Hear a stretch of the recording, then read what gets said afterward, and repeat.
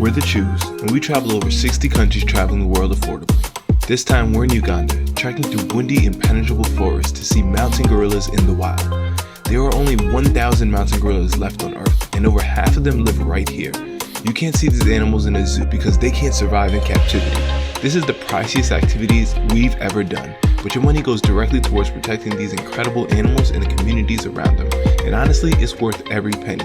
We're breaking down the trek, the gorillas, the conservation story, and our full experience. Of course, we'll be showing you the prices of everything along the way so you can plan your trip with confidence. Stay tuned, you don't want to miss this one. What's up, explorers? Welcome back to my channel. It's Chew here from Choose to Explore, where I teach you guys how to see the world and save a dollar.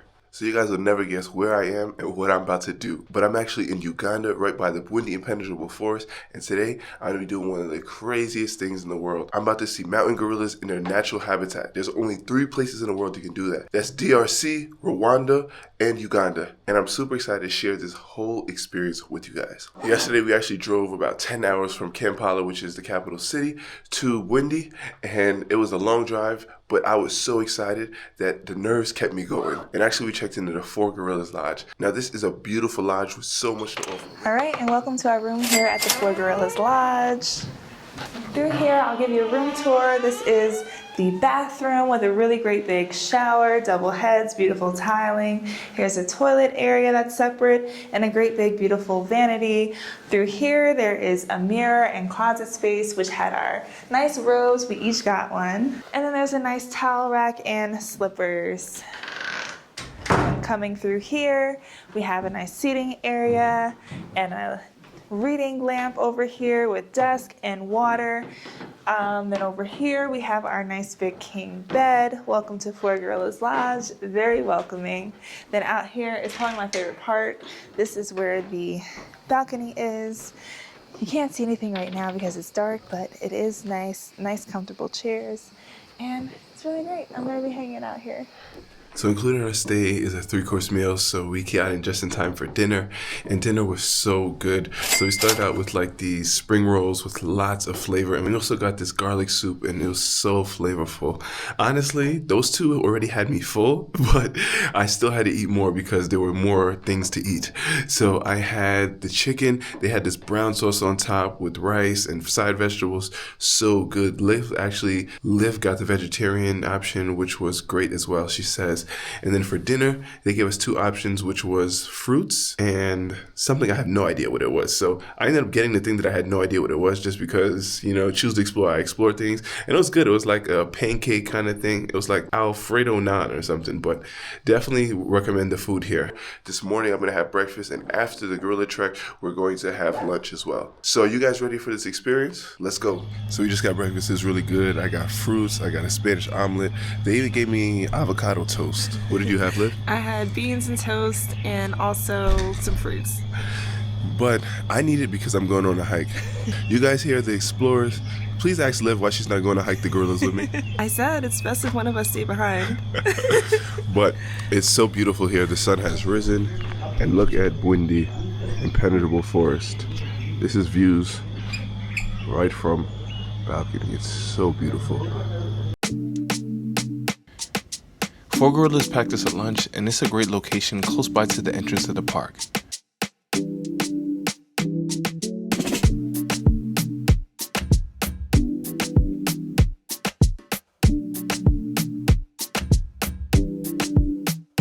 We made it here at Bwindi Impenetrable Forest. As soon as we got here, we saw a beautiful performance where we saw the local women dancing around, and they were also selling different crafts and things. It was really cool to see. Also, we got a briefing about all the things to need to know about the hike that we're about to venture on.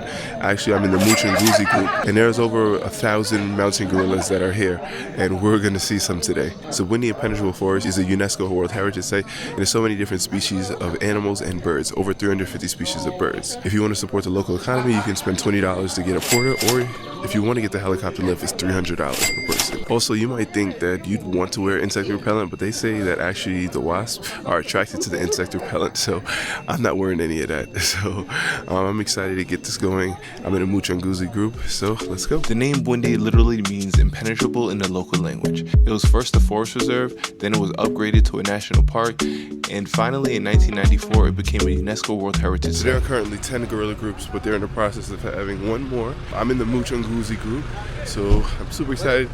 Brian told me that this is going to be a treacherous drive to the spot, so come with us along to go before the hike. I told Brian that I drive in almost every place that I go, and I've driven in the mountains of Jamaica and I feel super confident driving. Brian told me this drive was treacherous, and now every time I hear that word, it has a different meaning to me. I have never had an experience like this before on the road.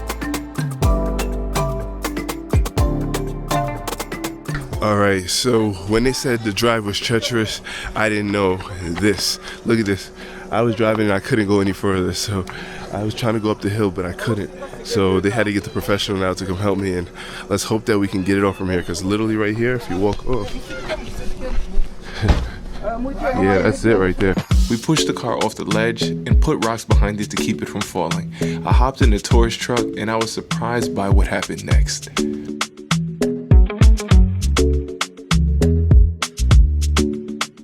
So I thought I needed a bigger car like this one, so I hopped into that one. But I ended up giving Brian the car. And I thought he was going to stay behind, but Brian's here. Brian, how'd you get here? It's just easy. You need to know the road. I guess I'm not Ugandan. This complete shock that the car actually made it got me excited to do the rest of the hike through the forest. Each trekking group is limited to just 8 people, accompanied by park rangers and porters. The trekking can range from 30 minutes to 8 hours to find the gorillas, as we are in their habitat. So they actually do have camps here for the trekkers and the rangers who are staying overnight. So this is where some of them would stay. So we're hiking up, we're about 5 minutes in, and it's pretty much all incline. But I do want to know that every single person is going to do a different route depending on the group that you go, where the gorillas are, and where you're starting from. So while this is a little hard, you can do it. We chose to do trekking in Uganda because they have around half of all the mountain gorilla population on Earth. More permit availability, the trek is through the dense forest, and it feels wild and more adventurous. I mean, like no paths, and it is about half the price as the Rwanda permit. When I say we're in the jungle, we're really in the jungle. Look here. Making our own paths here.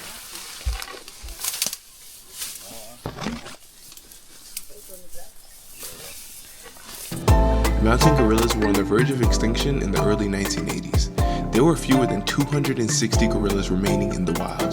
Fast forward to today, and the population has grown to around 1,063. This is a genuine wildlife conservation success story, and majority of your fees support the gorillas and the local communities that protect them. Alright, so we just met with the trackers, which means we're very close to the gorillas. I got the big boy lens out here, but hopefully I get closer than that. And I also have a mask, because we share about 98% of the same genome as gorillas. We gotta wear masks to protect them. So let's go. The Muchanguzi group has over 16 mountain gorillas. Our first encounter was seeing 2 infants playing around in the trees. There was a new baby that arrived in 2025 and around 7 adult females in the group. Mountain gorillas cannot survive in captivity. Only lowland gorillas have been found to thrive in captivity, which is why every gorilla you've ever seen in the zoo is a lowland gorilla.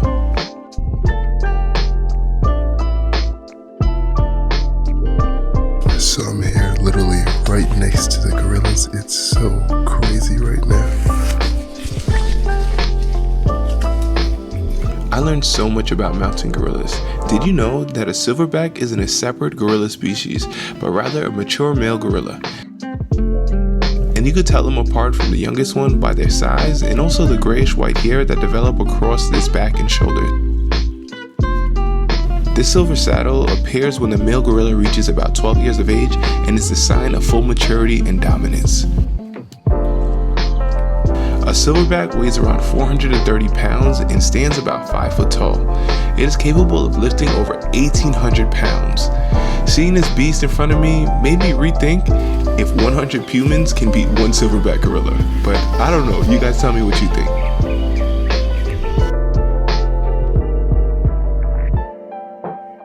gotta tell you, that was one of the most amazing experiences I've ever had. So amazing seeing these gorillas in their natural habitat.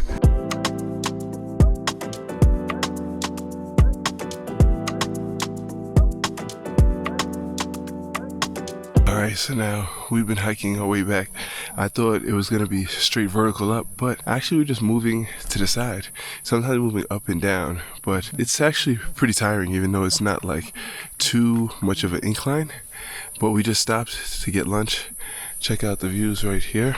Got my banana, got my views. Uganda, so beautiful.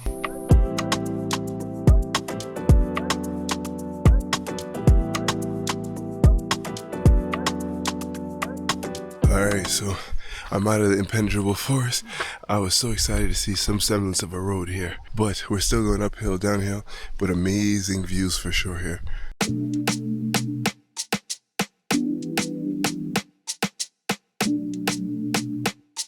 Do y'all see what I see? That looks like a car. I think it's a car. We might almost be there.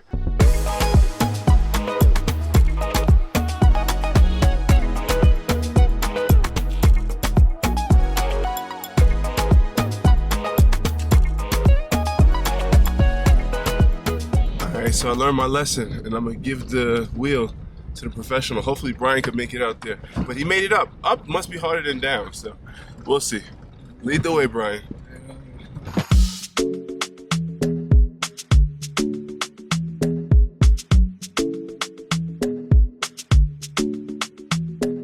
Alright, so I came back to the hotel for gorillas, and it feels so good to be back here because that was an adventure today. Let me tell you guys, seeing those gorillas with my own eyes was one of the craziest moments of my life. I saw the silverback, I saw the babies, I saw the whole family. It was just so amazing. And it was kind of like an overjoyed feeling that I had. And I also learned so much about gorillas. And also gorillas are polygamous. So in one family, there'll be one male and like a couple of females, could be like 5, could be like 3, and then all the babies are his in the whole family. But after seeing this debate, I firmly stand on that 20 humans can beat one gorilla in a fight. The silverback was humongous, but that thing was tired and sleepy the whole time.